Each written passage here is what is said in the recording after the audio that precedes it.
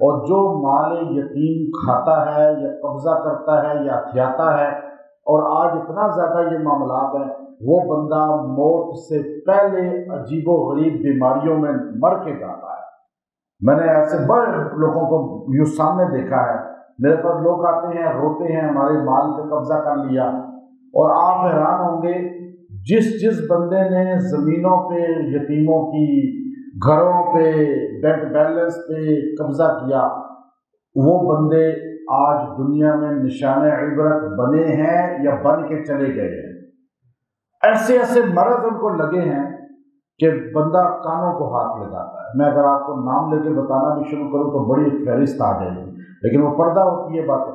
اللہ نے فرمایا مال یتیم کے پاس مت جانا الا باللتی ہی احسن۔ ہاں، آپ کو ذمہ داری سونپی گئی ہو کہ آپ اس کی نگہداشت کریں، زمینوں کو دیکھیں، آپ اس کے جو بزنس کو دیکھیں، آپ ان کے کاموں کو دیکھیں۔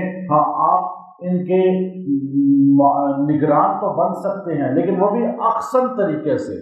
جو آپ کا حصہ بنتا ہے تنخواہ کا وہ لے لیں، جو آپ کی ذمہ داری بنتی ہے وہ لے لیں، باقی اس پر جا کر اپنا دھونس نہ جمائیں۔ اور حتیٰ یبلغ اشدہ، اس وقت تک آپ مال یتیم کے نگران بن سکتے ہیں جب تک یتیم بالغ نہ ہو جائے۔ جیسے ہی بالغ ہوگا یہ مال اس کو سپرد کر دیں، اور وہ اپنی زمینوں کو، پیسے کو، سب چیزوں کو خود ہینڈل کرے۔ آپ کی ذمہ داری اب ختم ہو گئی۔ وَأَوْفُوا بِالْعَهْدِ، اور ہاں وعدہ پورا کرنا۔ إِنَّ الْعَهْدَ كَانَ مَسْئُولًا، اور یہ وعدہ ایسی چیز ہے کہ اس کی قیامت کے دن بھی پوچھ ہوگی، سوال ہوگا۔ جیسے دیگر چیزوں کے سوالات ہوں گے، پوچھا جائے گا کہ بتاؤ یہ کام تم نے کیا، یہ کیا، ایسے اللہ پوچھے گا بتاؤ وعدہ پورا کیا یا نہیں کیا۔ اس لیے مفتی شفیع صاحب رحمۃ اللہ علیہ نے معارف القرآن میں لکھا کہ حضور صلی اللہ علیہ وسلم کے صحابہ اس بات کو بار بار بیان کرتے تھے کہ یہ جو ہم چھوٹی موٹی باتیں کرتے ہیں نا، کہ میں کل آپ کو ایک پنکھا لے کے دوں گا، مثال تو کوئی کسی کو کہتا ہے میں کل آپ کو جو ہے کپڑے دے دوں گا، میں آپ کا یہ کر دوں گا، یہ باتیں بھی وعدہ ہیں، آپ سوچ کر بولیں، ورنہ منہ سے لفظ نکالیں ہی نہ۔ یہ چھوٹی چھوٹی چیزیں بھی روز محشر سوال ہوں گی، اور اس پر اللہ کی طرف سے گرفت بھی ہوگی۔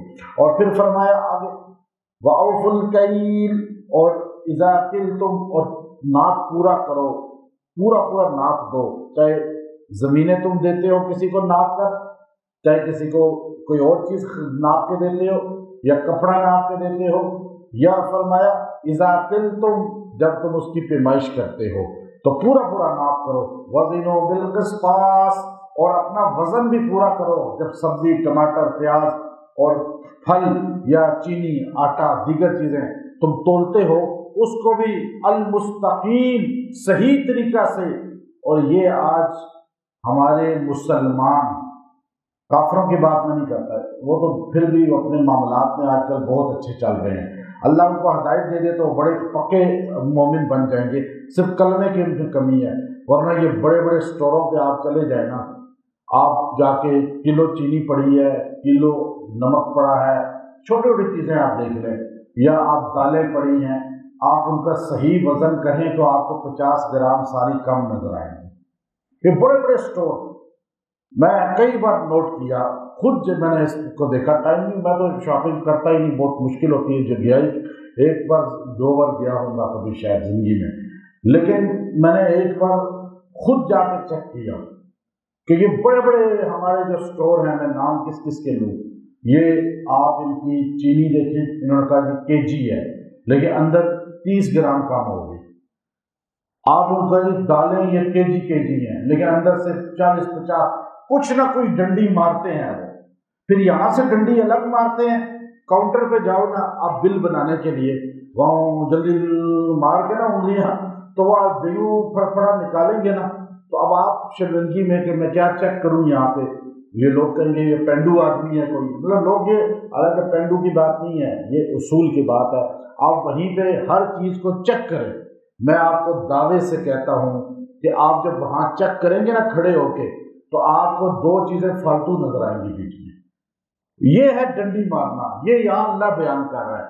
وزنوا بالقسطاس ایک کہا، اور دوسرا فرمایا وَأَوْفُوا الْكَيْلَ، یہ جو آپ لسٹ بناتے ہو یہ بھی پوری صحیح صحیح کرو۔ اور یہ کس کو کہا جا رہا ہے؟ مسلمانوں کو۔ قوم شعیب اللہ کے عذاب کا شکار ہوئی صرف اسی لین دین معاملات کی خرابی کی وجہ سے۔ وزن پورا نہیں دیتے تھے۔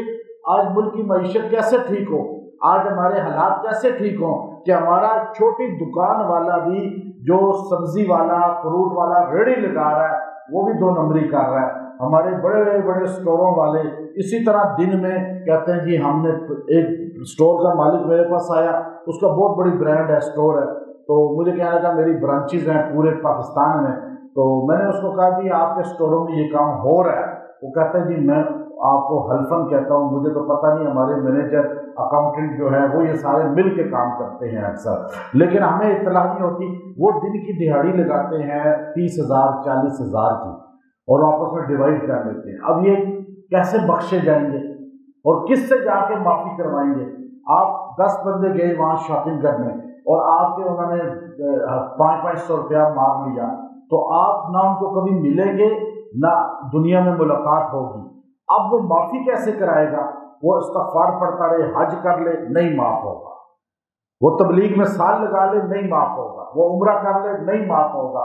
وہ ایک عالی شان مسجد بنا دے، پھر بھی معاف نہیں ہوگا، جب تک آپ ایک ایک کے پاس جا کے معافی نہ مانگے اور اپنے پیسے واپس نہ کریں۔ یہی حال مسجدوں میں ہے۔ مسجدوں کا پیسہ غلط استعمال کوئی کرے، مدرسوں کا پیسہ غلط استعمال کرے، وہ بھی اسی عذاب میں آئے گا۔ ہر بندہ یاد رکھیں، یہ اس پکڑ میں ایسا آئے گا، آپ نے مجھے مسجد کے لیے پیسے دیے، آپ نے مجھے، کسی نے 50 روپیہ، کسی نے 100 روپیہ، کسی نے 1000 روپیہ، آپ نے مجھے 1 لاکھ روپیہ کر کے دیا، آپ چلے گئے، مجھے پتہ ہی نہیں کس کس نے دیا، میں اس میں غلط استعمال کروں گا تو میں دنیا میں آپ سے معاف نہیں کرا سکتا۔ میں مصلی پہ چاہے کھڑا ہوں، مجھے کوئی بخشش نہیں ہوگی جب تک آپ کو پیسے واپس نہ دوں اور آپ سے معافی نہ مانگوں۔ یہ ہے اصول شریعت۔ اتنا آسان سمجھا ہوا ہے، لوگ ایسے دل دریغ پیسے کھاتے ہیں اور لوگوں کا پیسہ کھا لیتے ہیں۔ تو یہ اللہ تعالیٰ یہاں یہ جو لفظ بولا کہ یہ جو تم وزن کرتے ہو نا، یہ مستقیم، جو آپ صراط الذین انعمت ہے نا، اہدنا الصراط اہدنا الصراط المستقیم، اے اللہ مجھے صحیح راستے پہ چلا۔ تو یا اللہ نے کہا قول بھی تو پورا کرو نا، پھر نماز کی تمہاری قبولیت ہوگی۔ ڈنڈی ادھر مارو گے، مستقیم وہاں نہیں، اور یہاں مستقیم مانگ رہے ہو، عمل کر کے دکھاؤ۔ ذالک خیر، یہ اصل چیز ہے، اصل یہ خیر ہے۔ تمہاری نمازیں بعد میں ہیں، روزے بعد میں ہیں، حج بعد میں ہے، اصل یہ ذالک خیر، یہ اصل چیز ہے۔ وَأَحْسَنُ تَأْوِيلًا، اور یہی اصل کام آنے والی ہے۔ تو بس بندہ یہ سمجھ لے۔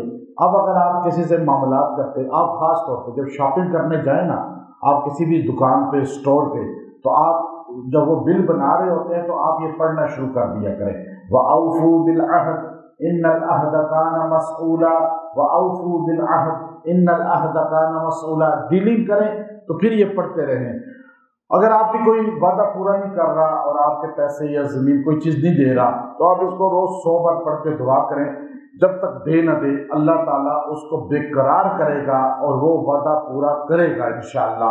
اور یہ آیت کریمہ آپ جو ہے آیت نمبر 34 ہے سورہ بنی اسرائیل کی، وَأَوْفُوا بِالْعَهْدِ إِنَّ الْعَهْدَ كَانَ مَسْئُولًا، اس کو اپنا عمل بنا لیں، خود بھی وعدہ پورا کریں، انشاءاللہ دوسرے بھی وعدہ پورا کریں گے۔ وآخر دعوانا الحمد للہ رب العالمین۔